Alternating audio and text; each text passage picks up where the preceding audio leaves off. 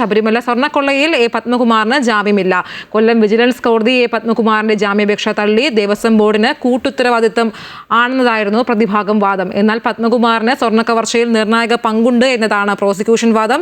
ജാമ്യാപേക്ഷയുമായി മേൽക്കോടതിയെ സമീപിക്കാനാണ് പത്മകുമാറിന്റെ നീക്കം. വിശദാംശങ്ങളുമായി സുധീഷ് കുമാർ ചേരുകയാണ്.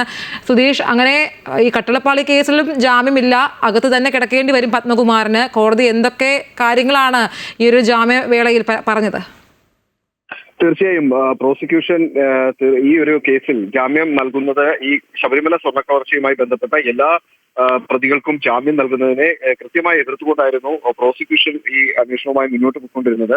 അതുകൊണ്ട് തന്നെ മുൻപ് നമുക്ക് കണ്ടതാണ്, വാസു ഉൾപ്പെടെയുള്ള ഈ കേസിലെ പ്രധാന പ്രതികൾക്കെല്ലാം തന്നെ ജാമ്യാപേക്ഷ വിജിലൻസ് കോടതി നിഷേധിക്കുകയാണ് ഉണ്ടായത്. ആ ഒരു സാഹചര്യം തന്നെയായിരുന്നു ഇന്നും ഉണ്ടായത്. പത്മകുമാറിന്റെ ജാമ്യാപേക്ഷയിലും കോടതി ഈ ഒരു നിലപാട് തന്നെയാണ് സ്വീകരിച്ചിരിക്കുന്നത്.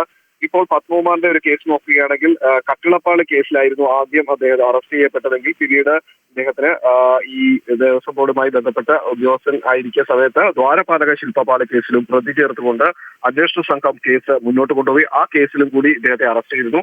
അങ്ങനെ പത്മകുമാറിന്റെ പേരിൽ നിലവിൽ രണ്ട് കേസുകളാണുള്ളത്. ഒന്ന് കട്ടിളപ്പാളി കേസും മറ്റൊന്ന് ദ്വാരപാലക സ്വർണം പൂശിയതുമായി ബന്ധപ്പെട്ടുള്ള അത്തരം കേസുകളിലും. ഇങ്ങനെ രണ്ട് കേസുകളിലെ പ്രതിയാണ് നിലവിൽ പത്മകുമാർ. കഴിഞ്ഞ ദിവസം പത്മകുമാറിനെ SIT സംഘം കസ്റ്റഡിയിലെടുത്ത് ഒരു ദിവസം മുഴുവൻ ചോദ്യം ചെയ്യുന്ന സാഹചര്യം കൂടി ഉണ്ടായിരുന്നു. ഇത്തരത്തിൽ ഈ കേസിന്റെ അന്വേഷണം മുന്നോട്ട് കൊണ്ടുപോകുന്ന സാഹചര്യത്തിൽ കൂടിയാണ് പത്മകുമാർ ജാമ്യാപേക്ഷ വിജിലൻസ് കോടതിയിൽ സമർപ്പിച്ചത്. എന്നാൽ ജാമ്യം നൽകാൻ ആവില്ല എന്നുള്ളൊരു നിഗമനം അല്ലെങ്കിൽ അത്തരത്തിലുള്ളൊരു വിധിയാണ് ഇപ്പോൾ വിജിലൻസ് കോടതി പുറപ്പെടുവിച്ചിരിക്കുന്നത്.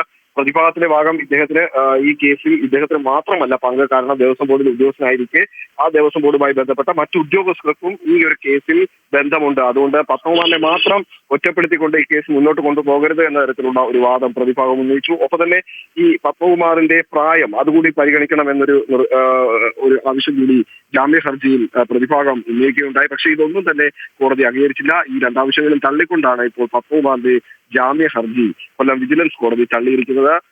ഇദ്ദേഹം ഉറപ്പായും മേൽക്കോടതിയെ സമീപിക്കാനുള്ള ഒരു നീക്കം കൂടി ഉണ്ട് എന്നാണ് ഇപ്പോൾ അറിയാൻ സാധിക്കുന്നത്. പത്മകുമാറിന് വേണ്ടി ഹാജരായ വക്കീലന്മാർ ഇക്കാര്യങ്ങൾ ഒരു സൂചന നൽകിയിട്ടുണ്ട്. അതുകൊണ്ട് തന്നെ വിജിലൻസ് കോടതിയിൽ നിന്നും കിട്ടാത്ത ജാമ്യം അതിനുവേണ്ടി അദ്ദേഹം മേൽക്കോടതിയെ സമീപിക്കാനുള്ള നീക്കത്തിലാണ്.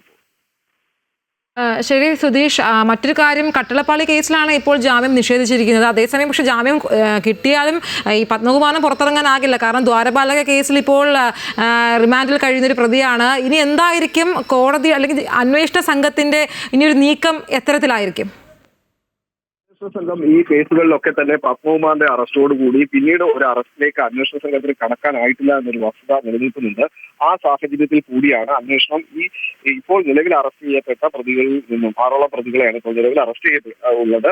ആ പ്രതികൾ കേന്ദ്രീകരിച്ചുള്ള അന്വേഷണമാണ് ഇപ്പോൾ കൃത്യമായി മുന്നോട്ട് കൊണ്ടുപോകുന്നത്. പക്ഷേ പ്രധാനമായും അന്വേഷണ സംഘത്തിനെതിരെയുള്ള ഒരു പ്രധാന ആരോപണം, മറ്റു ഭാഗങ്ങളിൽ നിന്ന് വരുന്ന ആരോപണം, ഒരിക്കലും ഈ അന്വേഷണം മറ്റ് ഘട്ടങ്ങളിലേക്ക്, അതായത് CPM മുതിർന്ന നേതാക്കൾ ഉൾപ്പെടെയുള്ള കടകംപള്ളി സുരേന്ദ്രൻ ഉൾപ്പെടെ പല പേരുകളും ഇത്തരത്തിൽ ഉന്നയിക്കപ്പെട്ടിരുന്നു. ഇവരിലേക്കൊന്നും അന്വേഷണം എത്തില്ല എന്നൊരു വിമർശനം അന്വേഷണ സംഘത്തിന് മേൽ നിലനിൽക്കുന്നുണ്ട്. അതുകൊണ്ട് തന്നെ അന്വേഷണം കൃത്യമായി മുന്നോട്ട് കൊണ്ടുപോകുന്നതിനുള്ളൊരു നീക്കത്തിലാണ്, ഈ പഴികളെല്ലാം അടച്ചുകൊണ്ട് തന്നെ മുന്നോട്ട് കൊണ്ടുപോകുന്നതിനുള്ളൊരു നീക്കത്തിലാണ് അന്വേഷണ സംഘം ഉള്ളത്. അതുകൊണ്ട് തന്നെ ഉണ്ണികൃഷ്ണൻ പോറ്റിയുമായി ബന്ധപ്പെട്ടുള്ള കൂടുതൽ അന്വേഷണങ്ങളിലേക്ക് ഈ അന്വേഷണ സംഘം കടക്കുന്നുണ്ട്. ആ ഒരു സാഹചര്യത്തിൽ കൂടിയാണ് ഇത്തരത്തിൽ പത്മകുമാറിന് കേസുമായി ബന്ധപ്പെട്ടുള്ള കൂടുതൽ സാഹചര്യ തെളിവുകൾ പത്മകുമാറിനെതിരെ നിരത്താൻ അന്വേഷണ സംഘത്തിന് കഴിഞ്ഞത്.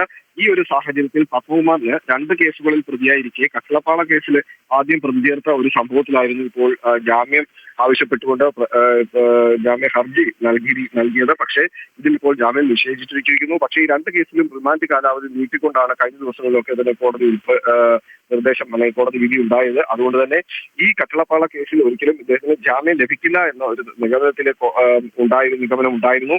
ആ സാഹചര്യം തന്നെയാണ് ഇപ്പോൾ സംജാതമായിരിക്കുന്നത്. കട്ടളപ്പാള കേസിൽ അദ്ദേഹത്തിന് ജാമ്യം നിഷേധിക്കുന്നു. ഒപ്പം തന്നെ ദ്വാരപാലക ശില്പപാളി കേസിൽ അദ്ദേഹം നിലവിൽ റിമാൻഡിൽ കഴിയുകയാണ്. ഈ കേസിൽ ഇദ്ദേഹം ജാമ്യ ഹർജി നൽകിയിട്ടില്ല.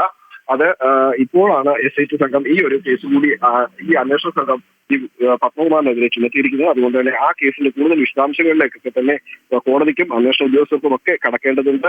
മറ്റൊന്ന്, ഈ കേസിൽ EDയുടെ അന്വേഷണം വരുന്നതിനെ സർക്കാർ എതിർത്തുകൊണ്ടുള്ള ചില നീക്കങ്ങളായിരുന്നു കഴിഞ്ഞ ദിവസങ്ങളിലൊക്കെ തന്നെ നമുക്ക് കാണാൻ കഴിഞ്ഞത്. അന്വേഷണ സംഘത്തിന്റെ മുന്നോട്ടുള്ള പോക്കിൽ സംശയം തോന്നിയത് കൊണ്ടാണ്